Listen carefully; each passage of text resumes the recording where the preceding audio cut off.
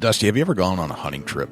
Well, yeah. You pack all your stuff. Let's say you're driving to New Hampshire. Let's say I'm driving to Ohio, and you're hunting for 4, 5, 6 days.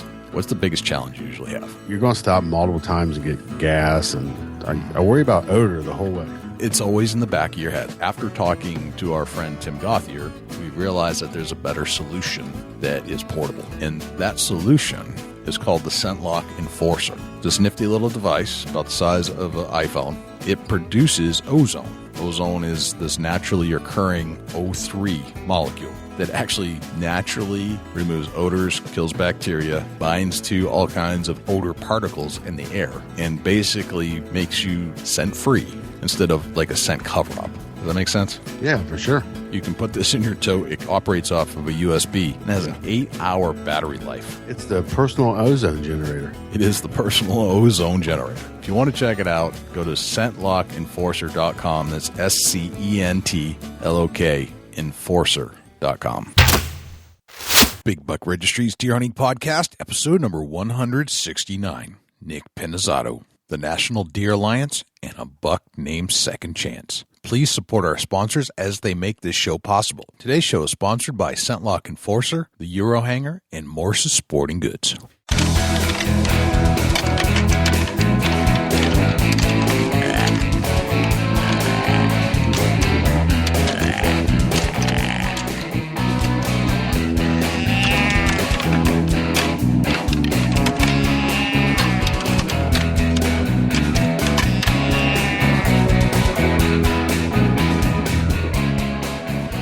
Big Buck Registry is a virtual museum of hunting stories. We preserve a piece of Americana by interviewing and recording hunters about their hunts and experiences from across the country.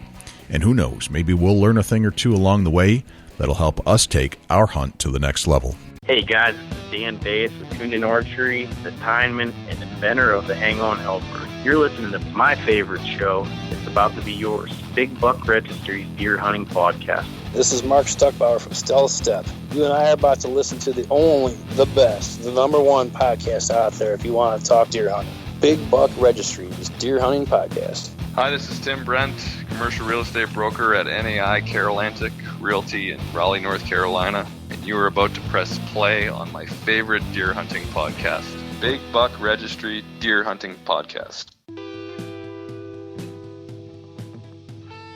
Welcome to another episode of the Big Buck Registry's Deer Hunting Podcast. My name is Jay, and I want to say thank you from everybody here at Big Buck Registry Podcast Studios for joining us and tuning into the next hour of deer hunting, because that's what we love to do here. We talk deer hunting nonstop, and we go out and we find some of the greatest deer hunting minds on the planet, and we corral it here and bring it to you and deliver it in a podcast format so that we can all benefit from the knowledge of some of the greatest deer hunters on the planet. And one of my favorite deer hunters and one of the best deer hunters I know is with us right now, our co-host, Dusty Phillips. How are you, Dusty? Great. Thanks for the kind words, Jay. And man, I tell you, I really enjoy the whitetail woods, but as I'm talking right now, Saturday morning, I'll be in New Hampshire woods. And we're not chasing whitetail. We're chasing turkeys and bear. Absolutely. I can't thank you guys enough for having me up and spur of the moment, flying out Friday. Like I said, as we're talking now, I'll be in the New Hampshire bear woods. It's exciting. We tried this a little bit last year. We were a little bit late. You're much earlier this year, and I think your chances of success will go way up because of that. So very excited to have you back in town, and hopefully we can come see you down in Ohio at some point in the near future too. Oh, for sure. Yeah, absolutely. I wanted to invite everybody to fill out a survey that we're doing. We're trying to get a profile on who is listening to the show. It's only 5 questions. I've done it. Dusty, you've done it. Very simple. All you have to do is go to bigbuckregistry.com/survey, fill it out, and it lets us know who's listening to the show, and then we can use that to create better content. So if you get a chance, bigbuckregistry.com/survey. Dusty, I do have a letter that was sent in from a guy by the name of Seth Davis, and we like to read letters that are sent in, and I'd like to read this for you. It says, guys, great podcast. I recently started listening and have been cruising through the archive like crazy. I love the deer hunting news and the general format of the show. For years, I carried a bottle with me in a tree stand in case I needed to relieve myself. I like to sit for long periods of time, so peeing at some point is unavoidable. Last year, I read an article that stated that deer can't discern between deer and human urine, and I actually made a couple of mock scrapes that were visited frequently using the scratch and pee method. Despite this, I feel like peeing off of a tree stand may cause something out of the ordinary in the woods to mature deer senses. My suggestion: bag the "what did you eat for breakfast" question. Ask the interviewee how they deal with relieving themselves. This is one thing that every human needs to deal with, but something that doesn't get discussed openly at all often, which is surprising with how much effort is put towards scent control these days. Keep up the good work. My only other suggestion would be to pump out more podcasts, but that's just because I'm obsessed with this stuff. Good luck in the woods, boys. Seth Davis. Thanks, Seth, for sending that in. And it raises an interesting question. Do we want to ask our guests every time, how do they pee in the woods? That is quite an interesting question, but right. We'll have to ponder that one. I'm not sure. Yeah, I don't know if I really want to know how. I don't know if I really want to know that, but it is an interesting question. And Seth's right. It is something that probably everybody's kind of curious about, but nobody really wants to ask. Which I guess in a sense is our job, but I'm not sure about that one, Seth. But we'll give it some thought. This week's guest is a friend of ours, and he is the CEO of the National Deer Alliance, which is a fairly new organization that was formed to take on some of those other things that the other deer groups don't. And we wanted to learn a little bit more about it. We've heard about it for a little while. I'm a member. I think you're a member, Dusty. And we're trying to learn more about what it is. Because I guess the question was, why do we need more deer hunting organization? It seems like there's an organization for everything that you can imagine, loaded with the banquets and the all the stuff that goes along with the banquets to raise money. And it always seems like the same format over and over. So why do we need one more deer hunting group? Well, we decided to get the man himself, the CEO of the National Deer Alliance, Nick Pinizzotto, to come on and explain that to us, because I'm sure it's on the minds of everybody who might be thinking about joining the National Deer Alliance itself, because they do a good promotion to try to get people to join. And it kind of makes sense when you listen to Nick as to what they do that differently from the other organizations. So looking forward to talking to Nick. But before we do, let's turn to Jim Keller with the Deer News. The Deer News this week is sponsored by the Euro Hanger. You don't have to spend big bucks to hang your big buck. Get yourself a Euro Hanger. Facebook.com/Eurohanger, EUROHANGER.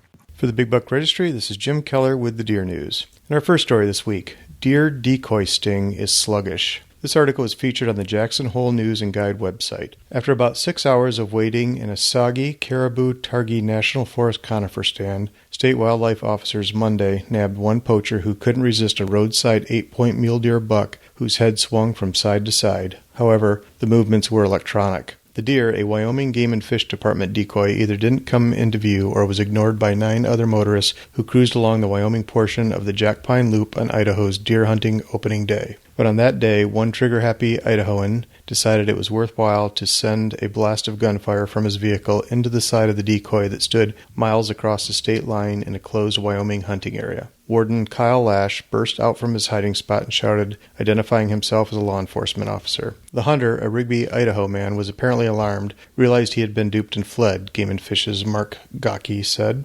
Regional Wildlife Supervisor Brad Hovinga, fortunately, was posted in a chase vehicle and was able to chase down the fleeing poacher after a couple miles. This fall's West Slope Teton deer decoy sting was successful in the sense that illegal gunfire wasn't as abundant as in past years. The forest land east of Teton Valley has chronic problems with poachers who venture across the state line and take their chances. In 2015, the same operation netted 40% violation rate. Of 10 hunters who cruised by, 4 let loose a shot in a closed area they weren't permitted to hunt in. There were similar results in fall of 2013 when the law enforcement tactic resulted in 3 citations and 3 warnings. Blasting a fake deer from a vehicle in a closed hunt area costs the man more than $790 citation for taking a deer without a license and also earned him an additional warning for shooting from a public roadway. The misdeed triggers no mandatory court appearances or loss of hunting privileges. When they caught up with him, he totally confessed to everything, Gaki said. He was embarrassed that he'd been fooled by the decoy.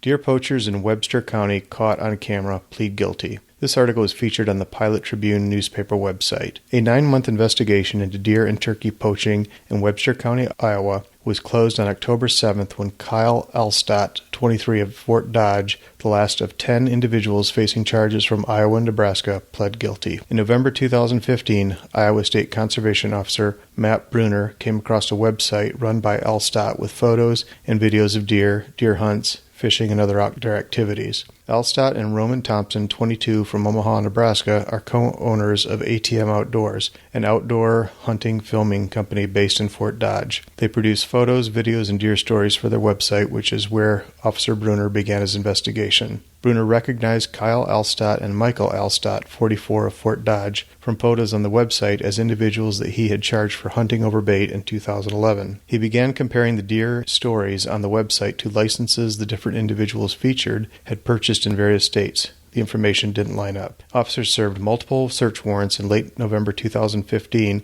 and collected phones, computers, and video equipment, deer and turkey mounts, meat, and equipment used to harvest the game animals. What Bruner found was evidence of people shooting deer without the correct licenses, hunting deer over bait, making multiple false claims by non-resident for hunting license and tags, unlawful possession of illegal white-tailed deer, hunting with the aid of artificial light, and more. 5 of the men convicted all face license suspensions in Iowa and 44 other states that are part of the Wildlife Violator Compact. 2 of the men convicted are also facing charges in Nebraska. The Iowa DNR worked in conjunction with the Webster County Attorney's Office, Boone County Attorney's Office, Nebraska Game and Parks, Kansas Department of Wildlife, Parks and Tourism, South Dakota Game, Fish and Parks, Missouri Department of Conservation, Minnesota Department of Natural Resources, and the U.S. Fish and Game Wildlife Services. Florida using overwhelming force to fight flesh-eating screwworms. This story was originally reported on the CNN.com website and was written by Susan Scuddy. In recent months, Florida has faced both Zika virus and hurricanes. Now the Sunshine State must defend itself against one more natural scourge, the flesh-eating worms of unknown origin. After the U.S. Department of Agriculture confirmed a local infestation of New World screwworm in key deer on September 30th, State Commissioner of Agriculture Adam Putnam declared an agricultural state of emergency in Monroe County, the home of Key West. Despite its name, the adult screwworm is actually a fly, and it typically lays its eggs in an open wound on an animal. Infected animals usually separate from their herd and, if left untreated, die in 7 to 14 days from toxicity or secondary infections. No human or livestock cases have been reported, according to the Department of Agriculture and Consumer Services. The infestation is geographically limited to the Keys, specifically Big Pine Keys and No Name Keys. This is the first local infestation in the nation in more than 3 decades,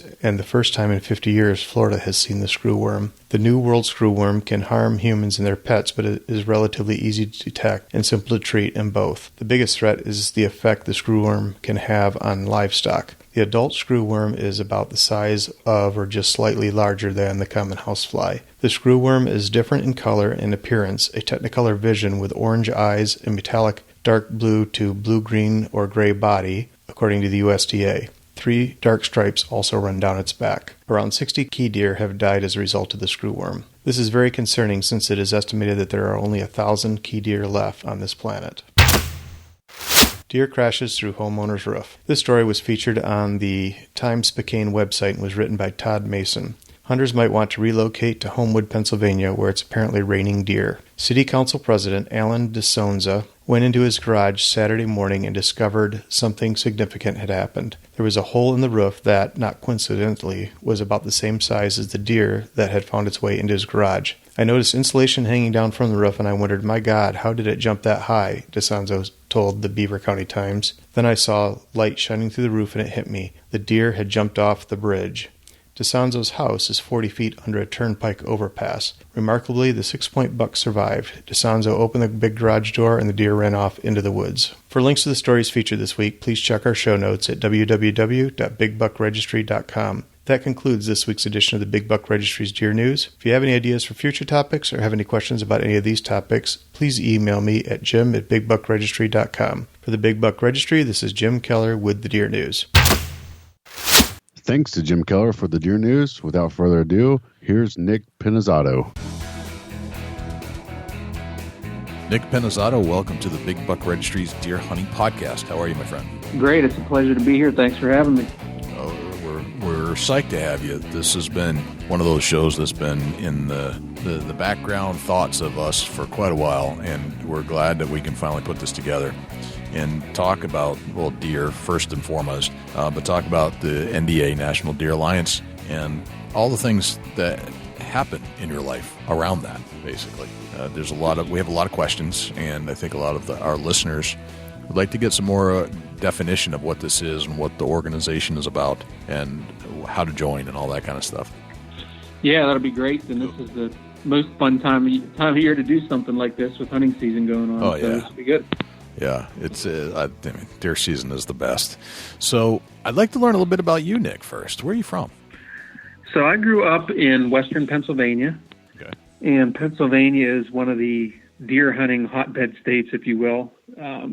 Many deer hunters. Used to be 1 million deer hunters. There aren't quite that many now. But where I grew up, I just assumed that everybody hunted. I didn't realize that, now you move out into the bigger world and you find out that only about 5 to 7% of us actually hunt. But I thought everybody hunted because most people did there. Right. And, just growing up there, you were bound to be a deer hunter, and it came to me very naturally.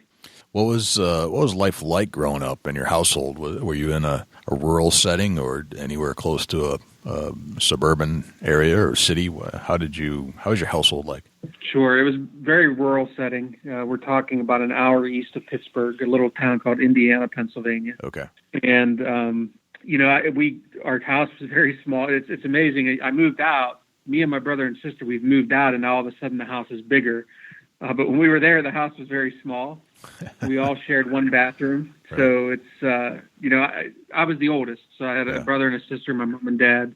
And most of the time, because the house was small, we didn't have air conditioning or anything like that. We spent it outside. And my dad, I was very lucky to grow up in a house where my dad was a hunter. My uncle was a hunter. All the neighbors were hunters.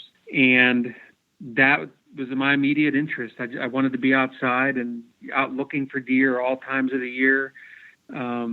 Anything to be out of the house. Like I said, There was not a lot of room to move around, so that became my interest, and never probably really thought that it would grow to the level that it has, ultimately being my profession. But looking back on it now, I guess I probably shouldn't be too surprised. Gotcha. So it was basically you grew up in a family of hunters, and it was something that you just kind of took for granted, I would imagine, because it was all around you. Yeah, like I said, I just assumed that everybody had hunted, and It was, frankly, not to date myself completely, but it wasn't uncommon for most of us to have bows in our vehicles, or even guns, frankly. Sure, which we probably shouldn't have had after school, because we were gonna be going hunting as soon as we got out of school, and that was the nature of that area, and frankly, I'm happy to say, I guess, that it really, for the most part, still is that way there. Gotcha. What did the local folk do for employment and things like that? What did your mom and dad do for a living? Yeah, so it's very blue collar. Like I said, Pittsburgh area, a lot of coal mining for sure. Okay. A lot of agriculture, farming. My first job was helping a local farmer bale and stack hay for $3 an hour. Right. So that's how most of us grew up there. My dad worked for the state highway department, and was able to retire young from that, which was a good thing. My mom had multiple jobs. What I remember mostly really is that many times my dad would come home from work and my mother would then go to work. So, gotcha. Because of that, you end up with a really strong family bond with your brothers and sisters and your neighbors, and really, even to this day, as I watch my parents still live there, and the neighbors, the neighborhood, everyone sort of works together and raises each other's families and kids, and it's an open door environment. And hunting was just topic of conversation pretty much any time. Gotcha. How many brothers and sisters did you have? One of each. One of each. Yeah, one of each.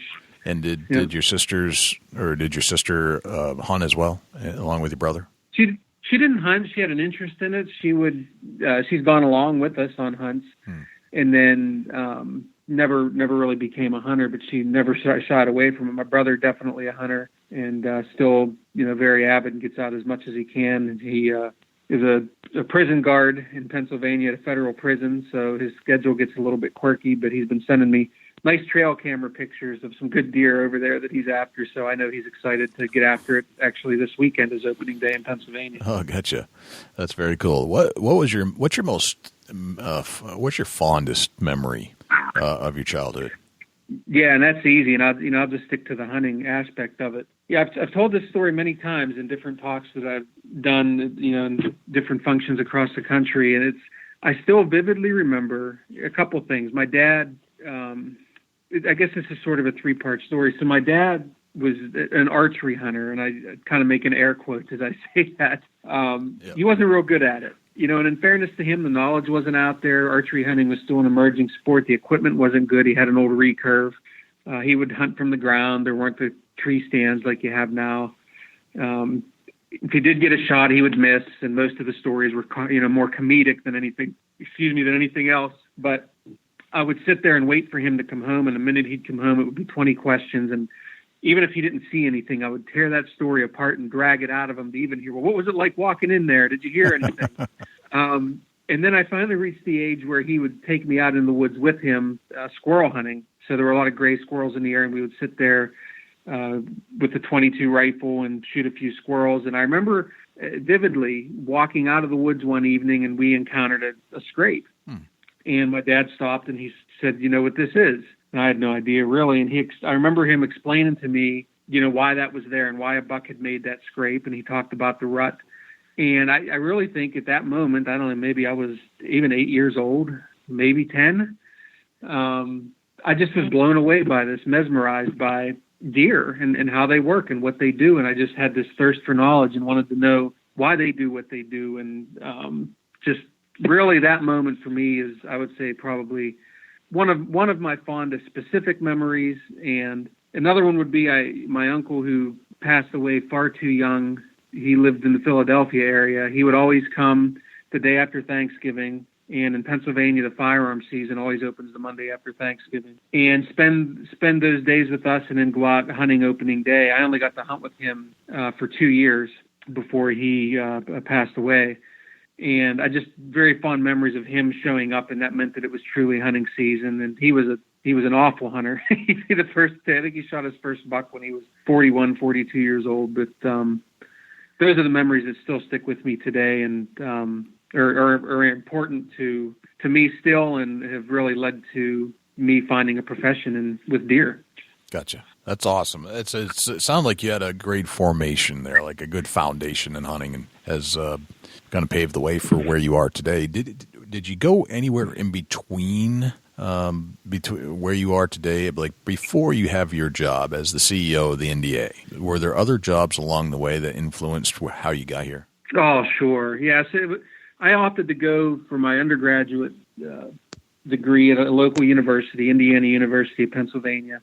Good school, but I'd be honest, when I went there, I didn't really know what the heck I wanted to do, but I knew I wanted to do something with the environment. I like to fish as well, so something with, water conservation or something along those lines. So I took a pretty general degree in environmental geography, and I figured really the most important thing was I needed to have that piece of paper that said I graduated from college, because I was not a fan of formal education. I was a terrible underachiever, as my mother always likes to bring up when it came to high school and college, at least undergraduate college. And I figured that I could craft where I wanted to go in my career once I had that degree, and get out there and work my way into some things. So what I did was, actually, it's kind of funny. My very first real job out of college, I was reviewing subdivisions in a rural county in Pennsylvania, in Armstrong County, Pennsylvania, not too far from where I grew up. So I was still more or less at home, but I stayed there.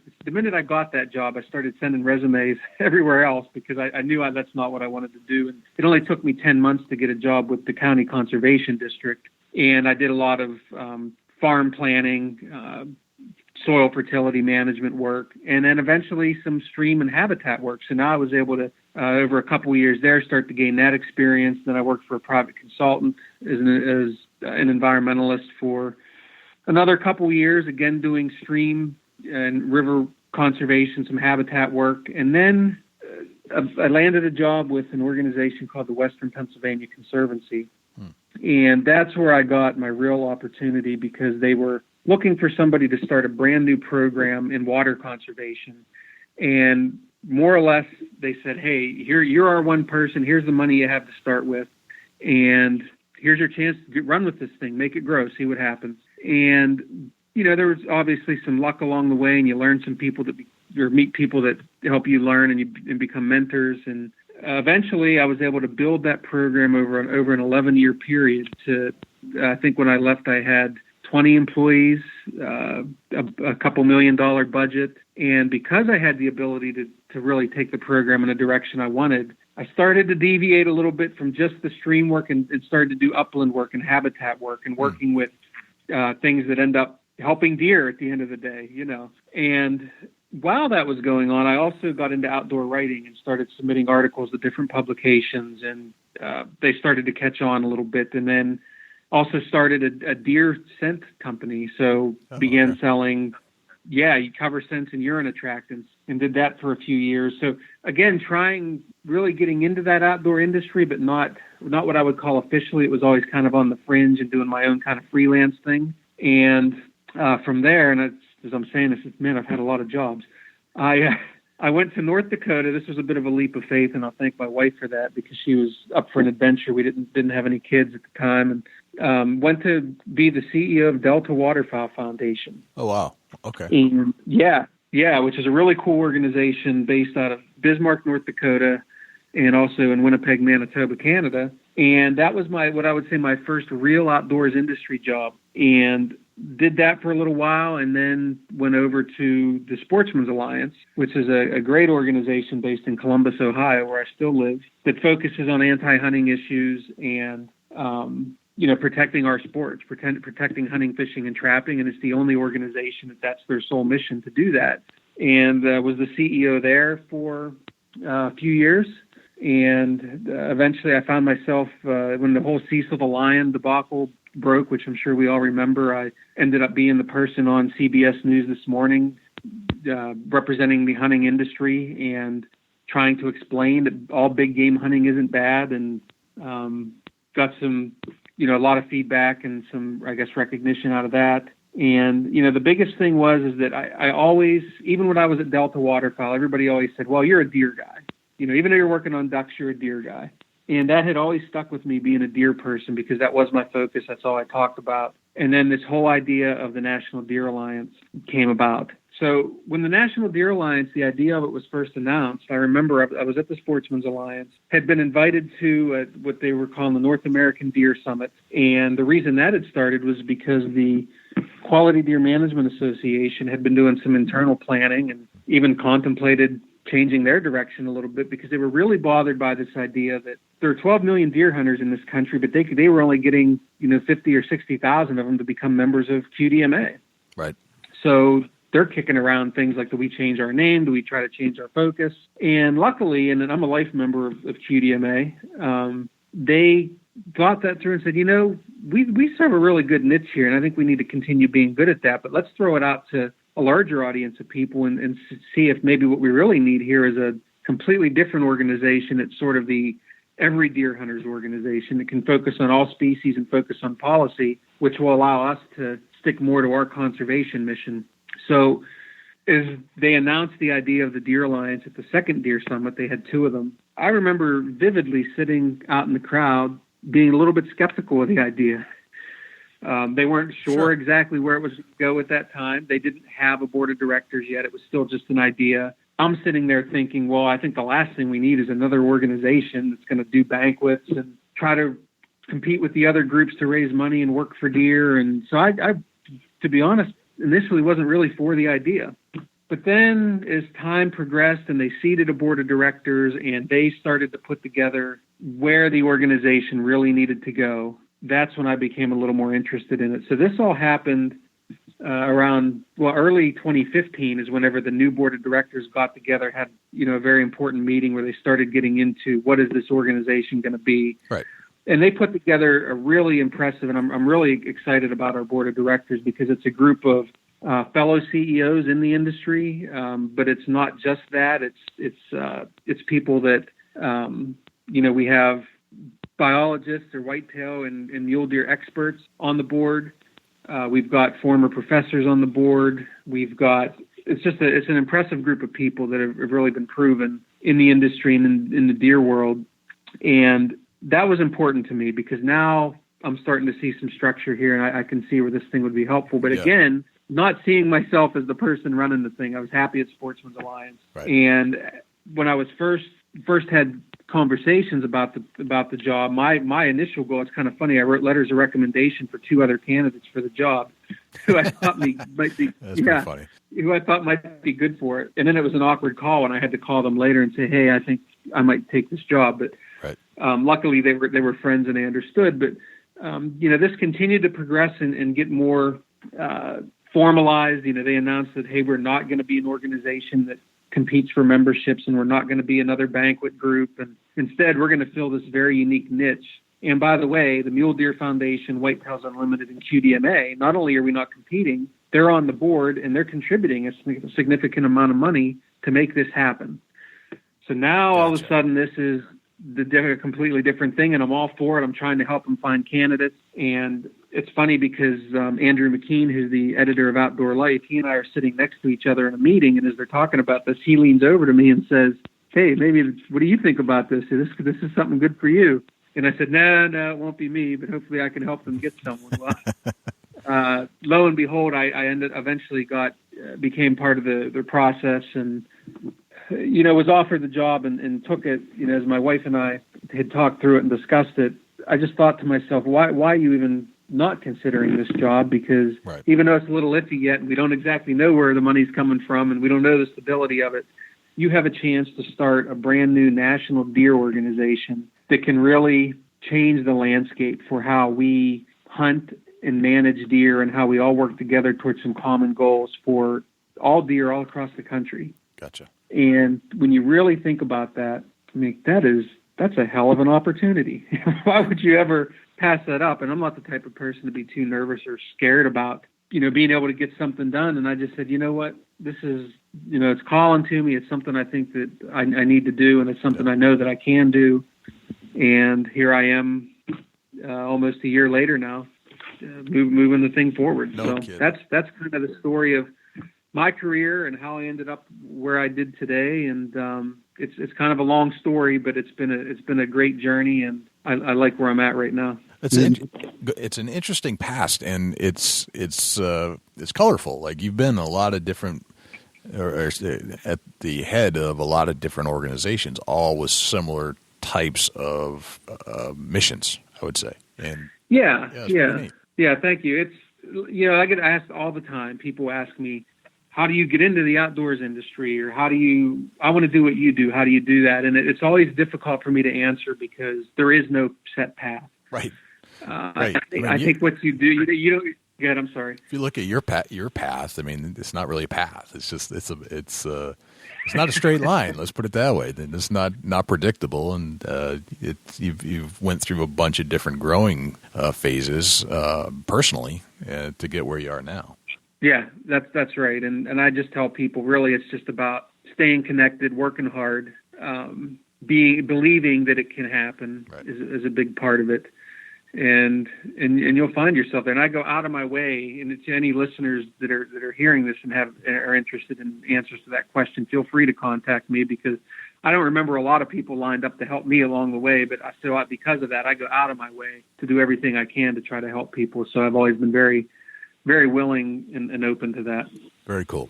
All right, let's get a little deeper into the NDA as to what this whole organization is really about. And I'm going to play a little devil's advocate here with you, because I think this may be what some people are thinking. So I want to get the answer to this burning question. There are other deer hunting organizations, or deer organizations, I should say. Whitetails Unlimited, Mule Deer Foundation, QDMA. And you touched on the QDMA just a little bit about where their struggles might have been.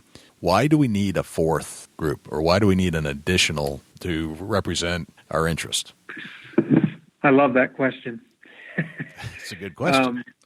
Yeah, I love that question because it's the same question I was asking when I was first becoming familiar with it. So each of those organizations have very distinct missions. Okay. Most of them, especially QDMA and Mule Deer Foundation, their missions are really conservation driven. They do a lot of on the ground conservation type work.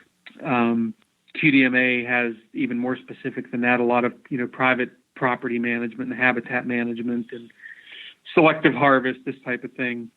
And Mule Deer Foundation obviously is fully focused on just mule deer, and they do everything from funding habitat projects to trap and transfer programs.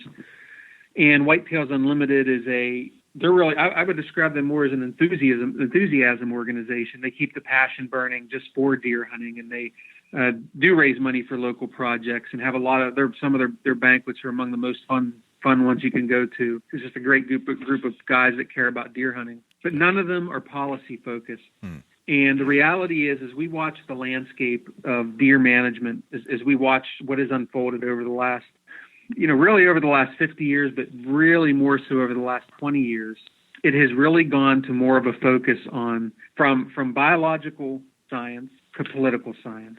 So no longer are we in an environment where we can simply say the science tells us we need to do X, Y, and Z in terms of deer management. Mm-hmm. That doesn't win the day anymore because we've got a political pressure somewhere or a local pressure or an anti-hunting pressure that says we see your science, but we don't like it. We're uncomfortable with it. Or we know the science says this, but we don't see enough deer in our neck of the woods. So that's a problem. Or it has become every bit, if not more, as much about managing people as it is about managing deer. Yep. And as much as QDMA and Mule Deer Foundation and Whitetails Unlimited would love to try to cover all those bases as well as their conservation work, there is just way too much out there to be done. And that is the niche that the NDA fills. And so what we do is, number one, our membership is free. And someone will say, well, how in the world can you operate on a free membership? Well, first of all, we don't want to be in competition with the other deer groups. So we tell people, if you're going to do the paid membership, please support them because you're going to a conservation on-the-ground mission. It's important.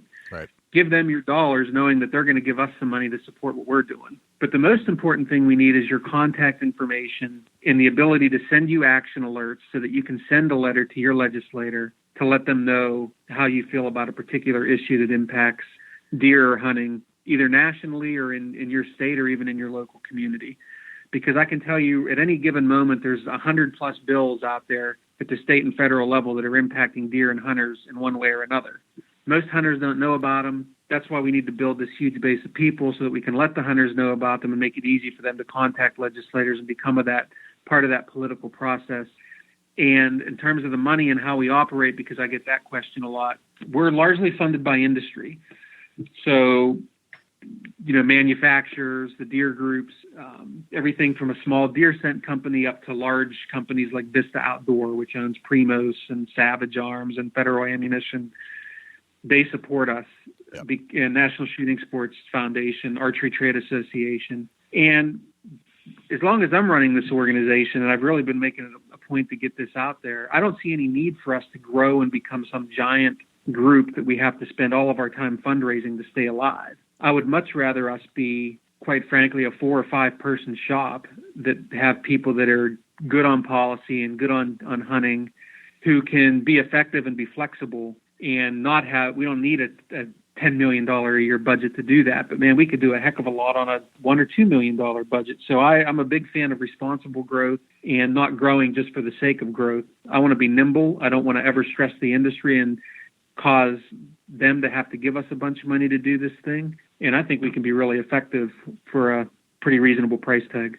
Gotcha. All right. So if I were to sum this up, could I say that this is essentially the NRA equivalent, but for deer hunters? Yeah, I think that's fair. Okay. Other than the NRA is a monstrous organization. Yes. The size aside, the purpose, sure, the mission is similar. Exactly. We want to be on the front. Right. NRA, we want to be on the policy front lines on behalf of deer hunters. Okay. NRA's on the front lines for policies when it comes to gun ownership. NDA's on the front lines when it comes to hunting and all things that might affect your policies or legislation or bills that are coming down from state or federal levels. Yes. Okay. Got it. All right. That makes sense to me. So how's it going so far? I mean, this is a fairly new organization. You're at the helm. What's your assessment of the group so far? I get really excited about what we're doing.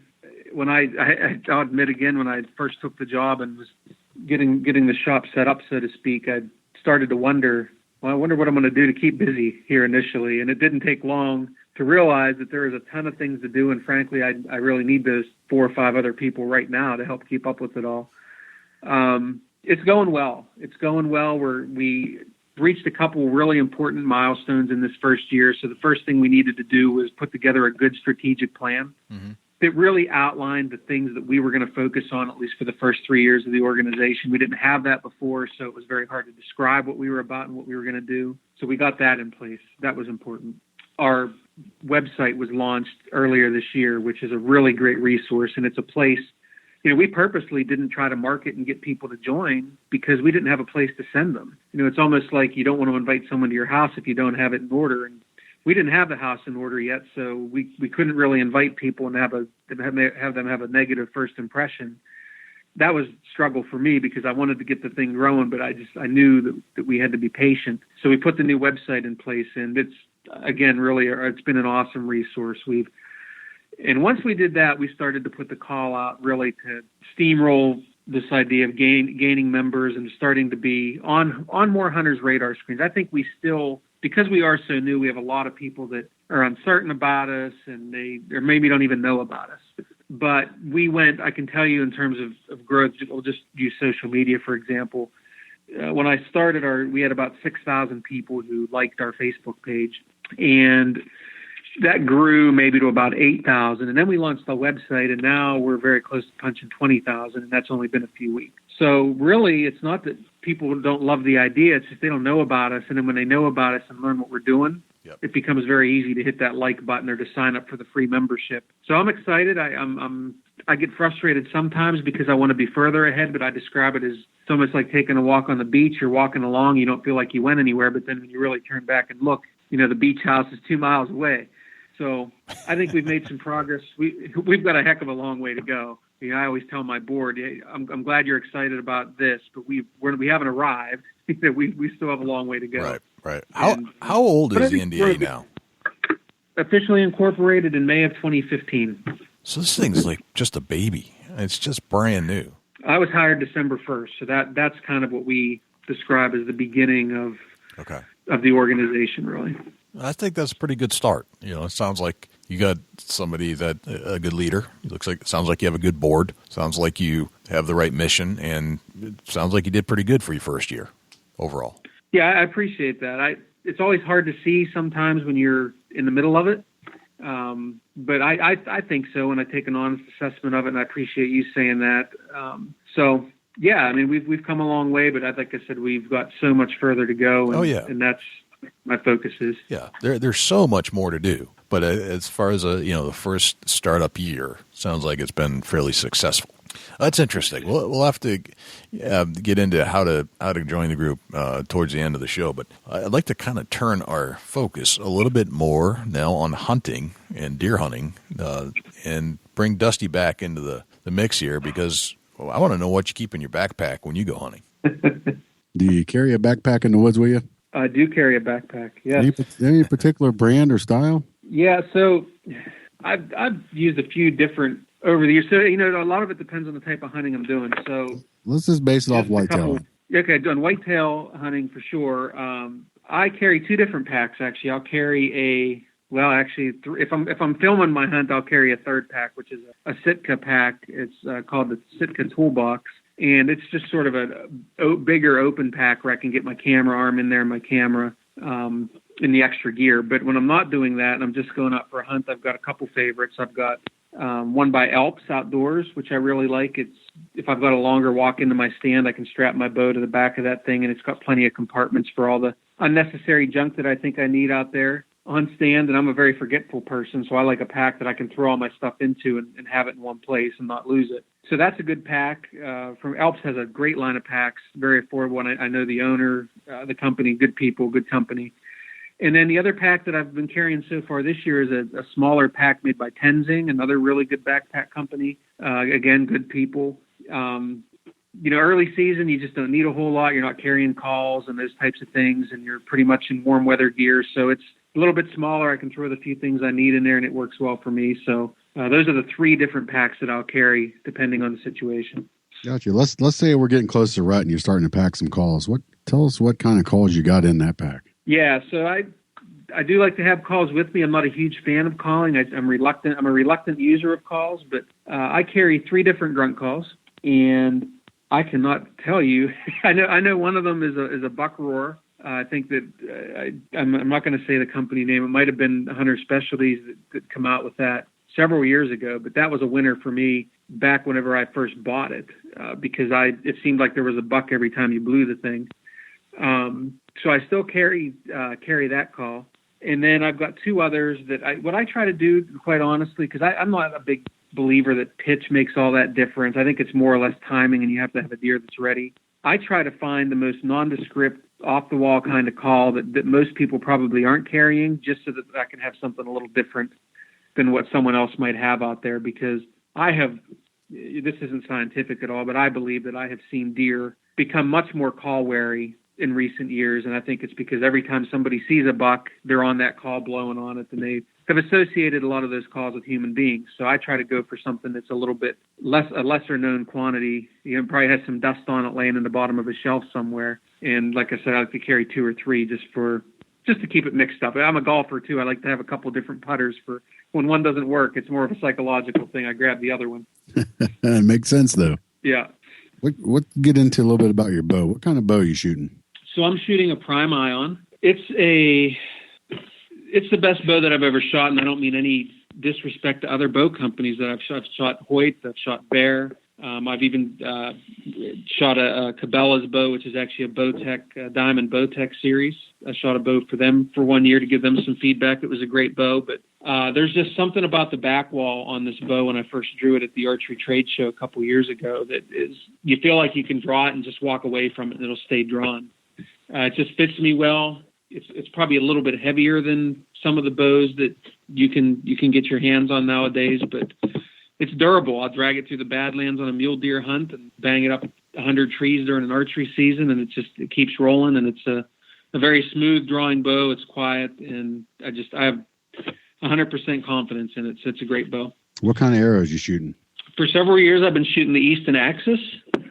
That is, for those who may not be familiar with them, it's a thinner diameter arrow, but it's a little bit heavier grains per inch. I think the ones I shoot are 11.3 maybe grains per inch. So if you're an ultimate speed guy, the most important thing for you is 350 feet per second and 1 pin to 40 yards. It's probably not the arrow for you. But these arrows are penetrating machines, and I have just had tremendous success with them since I started using them several years ago, and I've never switched. I've never had the need to switch. Any particular broadhead you're tipping your arrows with? Yeah, I shoot the Rage Hypodermic. I used to shoot the original Rage 2-blade, and to be honest, when I started using them several years ago, I made that switch and never went back from the Rage. Now, when I shoot a fixed blade, when I was on a bear hunt this spring in Idaho, and you can't use mechanicals there, I'll use either a G5 Montec or an old traditional Muzzy 3-blade, which I have always found to perform really, really well. So those are my broadhead choices. Gotcha. How many pound draw are you pulling? 71. 71 pounds. Let's get into your 71 camouflage. pounds. Let's say we're going on, let's get into camouflage a little bit. Let's say we're going on early fall, 50-degree temps. What kind of camo are you putting on? So I'm a 100% committed Sitka guy. Have been for a long time. Again, to me, it's important to have. I have a relationship with these companies and know them. They're good people, and that means something to me. So I think the people behind Sitka are good people, and they give back to the industry in a big way. But I love their camouflage, and I love the layering system. And the first time I ever wore it was on a Badlands hunt in North Dakota for mule deer. And I remember just the difference in how you feel at the end of the day wearing that, as opposed to, maybe something else that isn't made quite the same way. So a 50-degree day, I'm out there probably in my Sitka elevated 2 pattern. and I'm probably wearing the fleece pants and probably the hoodie with the fleece vest. I would say that for a 50-degree day. And I'm going to be comfortable all day, and I'm going to be plenty warm. And because of that layering system, I can add on or take off if I need to. Gotcha. Yeah, makes sense. Hang on, ladder, climber, or a ground blind? What's your preference? Yeah, so that's a good question because I've seen this evolve. I went from my younger days and, the screw-in steps into the trees and all that nonsense. And, not that it's nonsense, it's just a lot of work. But as I've gotten older and, my income level has changed over the years, you get a little more progressed in your career, you can buy nicer things. So I use mostly lock-on stands or hang-on stands with ladders now because it's easier to climb. I'm only in my early 40s, but it's harder to climb than it was when I was in my 20s and 30s. So I go for comfort. So I'll use a ladder stand, no particular brand. If it's an area that's too far really to be carrying a ladder to get a ladder, and I still will go to like like a Summit buck step, which works pretty well because you can stack those and carry them a little easier than a ladder. And rarely, but I'll still use a screw-in step now and then if I need to. Tree stands, I've got several of the XOP models, which are very, very similar to Lone Wolf. Matter of fact, I believe the fellow that started that company was originally with Lone Wolf. And I also have one Lone Wolf. Those are my best stands. And I've also got a Muddy stand, which I like a lot. So I don't really necessarily have brand loyalty. I'm looking for good quality and, always looking for a bargain if I can find it. But, a good stand on a long sit is pretty important. Gotcha. It sounds like you had quite the arson stand-wise there. Yeah. I probably overdo it in terms of stand locations, but, like right now I'm sitting here in central Ohio and we've had an east wind for the past 3 days because of this goofy system coming through. Well, I've got a great stand for an east wind. So it's nice to have it out there. So I might set a stand and sit in it one time all season, but it's just nice to have that option. Yeah, for sure. It makes sense. Any particular boots that you're wearing to the woods? I mix it up. I've never been a person that just believes you have to have the knee-high rubber boot or you're in big trouble. I think that no matter what we wear and no matter how we wash ourselves, no matter what product we're using, the deer are going to smell us if we're not hunting the wind properly. So I'll wear a comfortable pair of boots that are waterproof. So I really like Danner pronghorns for early season. They're Gore-Tex, so they're waterproof and they're comfortable. They're leather. Hopefully nobody hearing this freaks out and says this guy doesn't know what he's doing. And then when it's wetter out or colder, I'll go to a Lacrosse knee-high rubber boot, which not because it's a knee-high rubber, but because they're comfortable. My feet are going to stay dry and they're also pretty warm. It's a durable boot. And I've always found those to be dependable and work really well. Perfect. Jay, let's go on a hunt. Yeah, let's get into a hunt. Nick, what's your favorite style hunting, by the way? Man, people ask me if you could only do one hunt, what would it be? And it's hard to pass up a Midwest whitetail hunt in November. Gotcha. I love the incredible challenge. I love that too, but I grew up in the East and I'll always have that love for, chasing Eastern or Midwest whitetails. So that's if I could only do one more hunt, that's what I would choose. Stand hunting, you'd asked me earlier whether I prefer a blind or stand hunting. I prefer a stand. I've hunted from blinds and it's nice to have them, especially, if you have inclement weather. And firearms hunting, I'll use a blind more often, but my favorite thing is to get up in a tree and get situated, get comfortable, and just let the day unfold where I can see all around me and hear. And just talking about it is getting me excited about being out there. So that's my preference. Gotcha. Very interesting. So let's explore a deer hunt with you, Nick. You said that you enjoy the Midwest hunts, and I'd like to see if you have a memorable deer hunt that you could take us on, kind of go play by play, and set the stage. How did it come about? And let's listen to kind of how it unfolded through the kill shot. Could you take us on a deer hunt with you? Yeah, absolutely. And you and I had the opportunity to talk a little bit last week, and I've been thinking about that question. And as much as I want to go back to a hunt that maybe happened years ago, I'm only going to go back to last year. Wow. Okay. And where are we going? Yeah. We're actually going to stay here in Ohio. Okay. And I'll preface this by saying I've been very fortunate. I've killed a lot of really nice deer in my hunting career, but I always tell people I don't consider myself to be a great hunter. Actually, I'm a terrible hunter, but I have a very strong will and a very strong work ethic when it comes to hunting deer, and I don't give up easily. And that's the only reason I killed this particular deer that I'm going to take you through right now. Cool. So I started out the Ohio season last year focused on one particular buck that I called Second Chance, and the reason I called him that is because he was a deer that I passed when he was a 3-year-old. I watched him grow up as a 4-year-old, and now as a 5-year-old. I picked up his sheds when he was a 4-year-old. He was 161 inches then. And he's really anything that approaches Boone and Crockett to me is a world-class deer. And that was the deer of my focus at the beginning of the year. This is a 5-year-old deer. He's in the pretty much peak maturity. He's probably at least 170 inches at this point, a 12-point deer. And I had an encounter with him the very first week of the season, not where I would think I would get a shot, but I caught him moving through, the thick underbrush that's still out there. Mm-hmm. In September, and then I saw him again. I had a close encounter with him in early November as he was with a doe, but he was laying under my stand as I was walking in.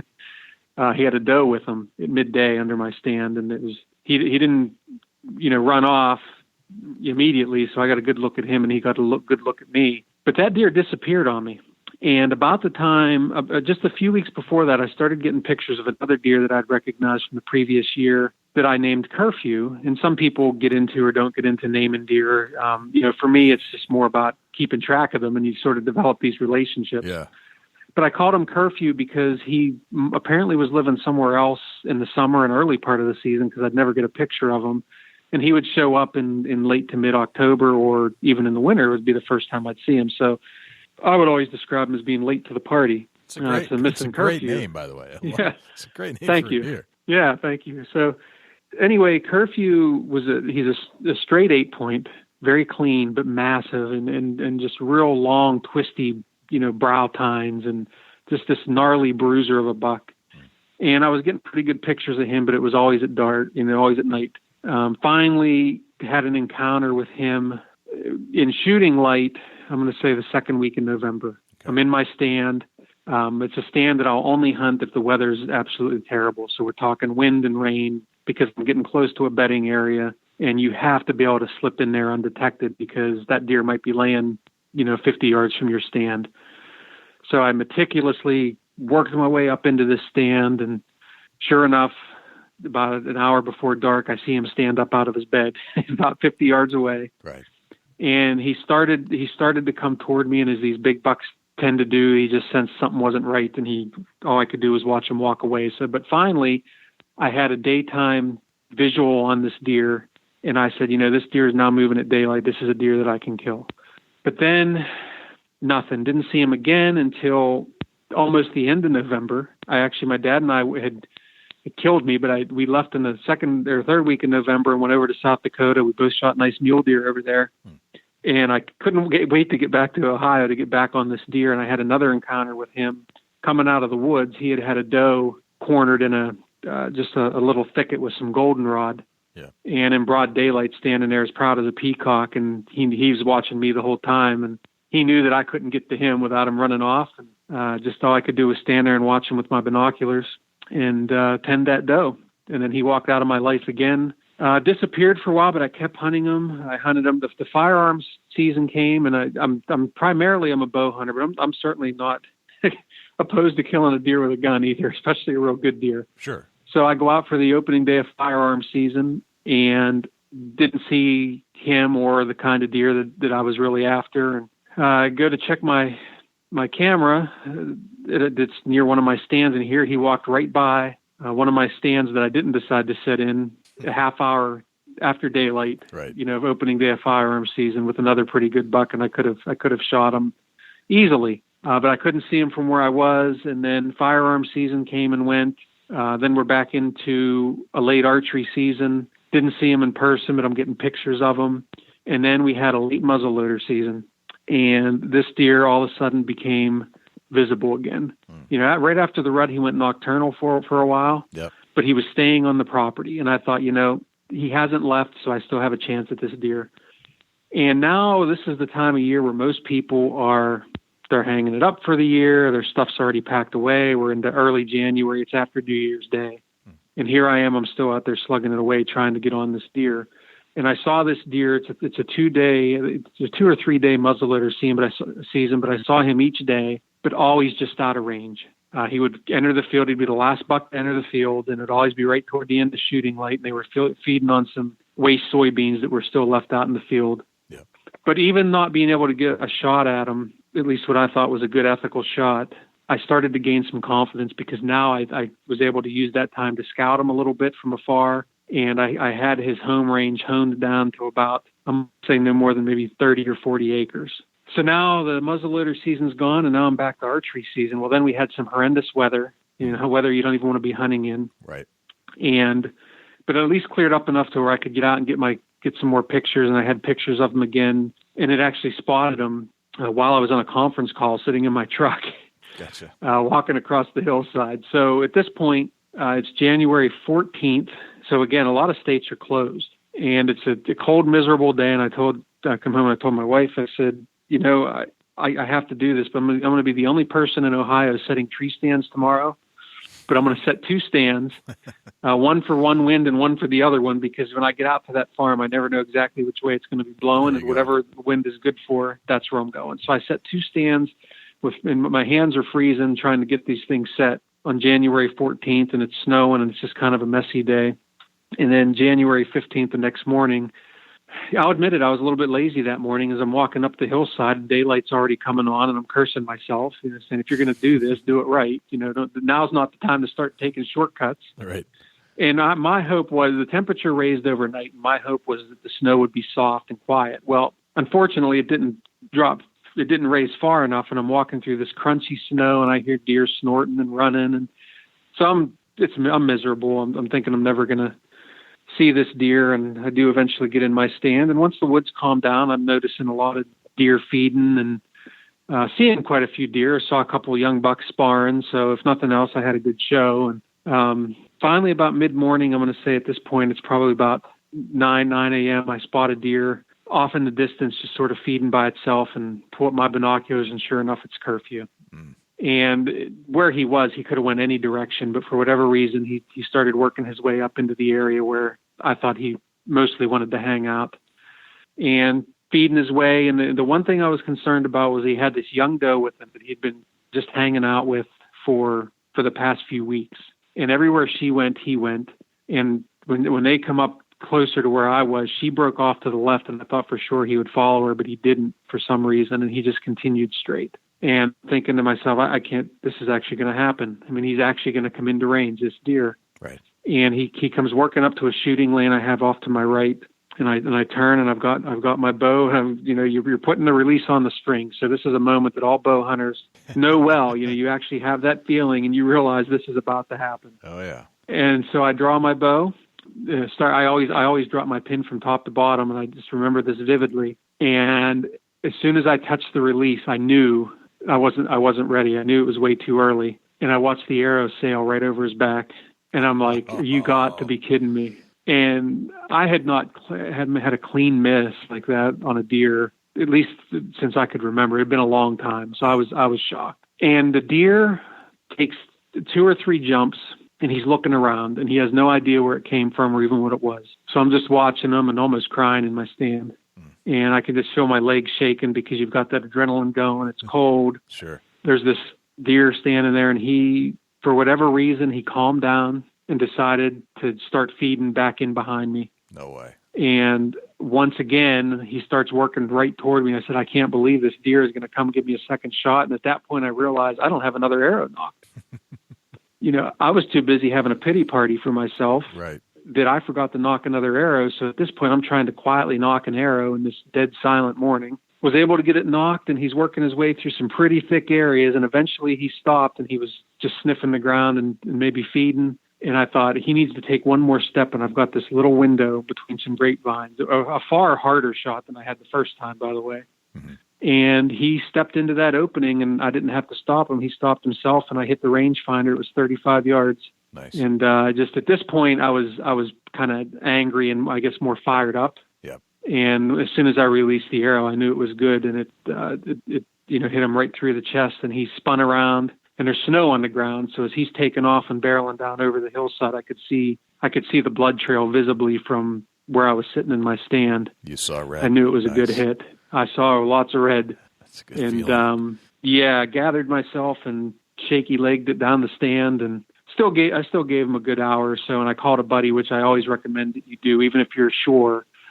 Call someone to help you get calmed down and help you with that blood trail, because it's just nice to have that other perspective. And I had a friend come out and we start tracking it, and he didn't go 100 yards, and they came up on him, and finally had my hands on a deer that, again, if it wasn't for just the sheer will and not being willing to give up, even though it was January 15th and having all those encounters, it's hard to have a more memorable hunt than finally taking down curfew. That's a great story. If you could see my face, and this isn't a video call, but you would say, I'm shaking my head now. That's a good story. Me too. Yeah, because we hear so many on this show, so you know when it's a good one and when it's not. And I'm giving you the thumbs up. Yeah, that's a good story. I like the fact that he missed the first shot and was able to knock another arrow and finish it off. I was right there with you. Yeah, it's like sometimes that doesn't. You got your composure, and although you're a little miffed, but now you honed it in. And some guys would just say, "Forget it, I'm done. I'm not even going to try." But you stuck it out, and that made the difference. Yeah, I mean, that's, like I said, I don't know that I've got a lot of talent, but I've got a lot of will, to you willed that to succeed. Deer. Yes, and I don't like losing. And to me, I felt like I was losing if I just gave up on him. Right. So it was an emotional time. I mean, just seeing him on the ground, I just kind of dropped to my knees and stared at him for a couple minutes before walking over to him, because you just respect these animals so much, and the pursuit and the challenge to get close to them. And I fell in love with this deer, and I even told my wife I was sad for a while because I knew I wasn't going to see him out there again. I look on him on my wall every day now, but it's still not the same. It's just such a deep respect and a love for these animals, and I love chasing them. And it doesn't have to be shooting them. It's just we're lucky to be able to do it. That's for sure. Yeah, it is. I mean, you develop these relationships with these deer, and although the pursuit and the means and the end is to take this deer, there is that moment, like a moment of almost sorrow. You're like, I'm sorry that this is over, but I think it truly is out of such a respect for the animal when it's all said and done. Yeah, exactly. Yep. Nick, I had a couple questions about the NDA before we turn to our 10 rapid-fire questions. You had mentioned that the NDA was on the forefront of any kind of policies and alerting the members of the NDA to any issues that might require a vote or some kind of gathering of names on lists to show the legislators that we're serious about this and we want you to vote a certain way. Are there any issues that are out there right now that have come across your desk that we should be aware of? Yeah, for sure. I mean, there's a couple that come to mind. One actually that I thought of as you were saying that is just the whole potential for the transfer of federal lands to the states. It's people think that's just a Western issue, but it's not just a Western issue. There are many lands in the East, public lands that are currently open to hunting that the federal government may transfer, or at least some legislators are pushing for the transfer of those lands into state hands. That's a scary thing because we could potentially lose those lands to hunting if that were to happen, and we're talking millions and millions of acres. So pay attention to that one. There's lots of information out there if you Google it, or even if you go to our website, which I'm sure we'll talk about in a minute. We have information in our action alert system that talks about that bill. And then, other issues that impact deer directly. So we've been doing quite a bit of work on chronic wasting disease. It's a disease that is always fatal to deer. It's in, the majority. It's in a lot of states. Let's put it that way. And we're really trying to make sure that it's a disease that we can control the best that we can. I don't think it's one that we can get rid of, but it can be a bad thing for your local deer herds. And we're trying to educate people and get good information out there about that, and working with states, at the state level where these things are managed, to put in good regulations and good plans in place to try to control this disease. So chronic wasting disease is another biggie that really impacts all deer hunters. Gotcha. And if we hear this as listeners and we aren't members of the NDA, what do we do? How do we sign up, and what types of alerts are you putting out if there's something we need to pay attention to? So one of the really cool things about us is that NDA membership is free. Won't cost you a thing. You just go to our website at nationaldeeralliance.com, and very much in the front page, it'll hit you right in the face. It'll say join now. So you just give us your email address and your zip code. And the reason that your address and zip code are important, it's not because we're going to send you a bunch of stuff in the mail. We don't do that. It's so that when an issue comes up that impacts the area you live in, where you need to contact the legislator, we're going to send you an action alert. Maybe it's a bad deer regulation that's being proposed, or maybe it's an anti-hunting initiative that sprung up that might be on your ballot in November, or something that your legislators are deciding on. We'll send you an action alert based on your address. And if it's a federal issue, of course, everyone will get it. And then on top of the action alerts where you can participate in that political process, we send out a weekly newsletter.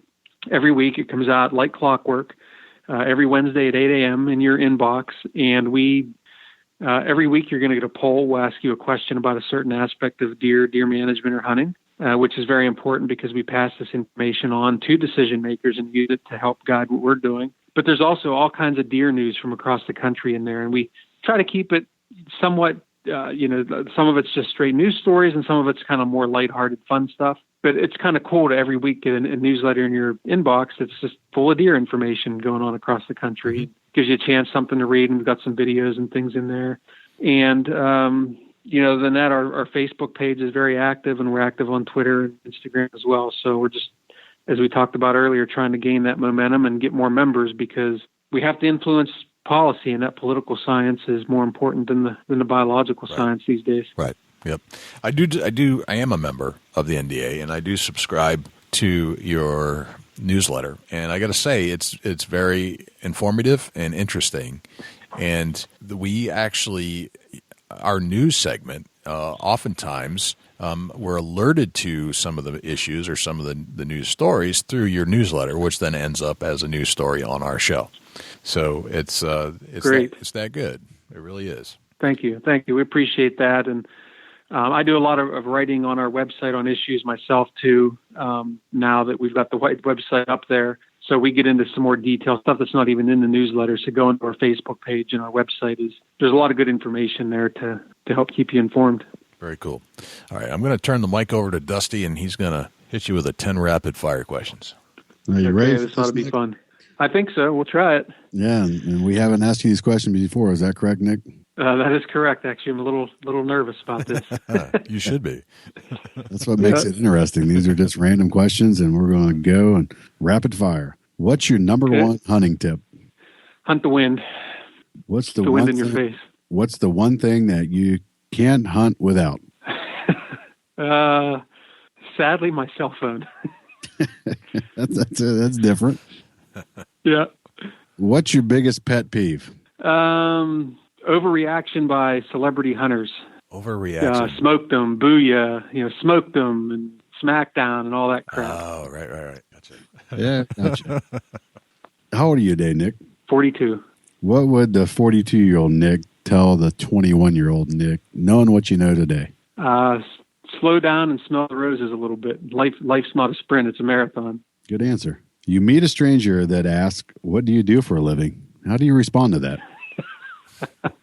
Happens all the time. I usually start with, I work in the outdoors industry, and my focus is on deer and deer management. When they look at me funny, I said, the ones that probably eat your flowers. You can tell immediately if they're a hunter or not. Yeah.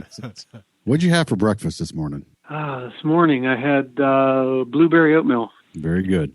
You get your own billboard with a blank canvas. What would it say? Oh, man. A billboard with a blank canvas. That's a tough one. You got me on that one. A billboard with a blank canvas.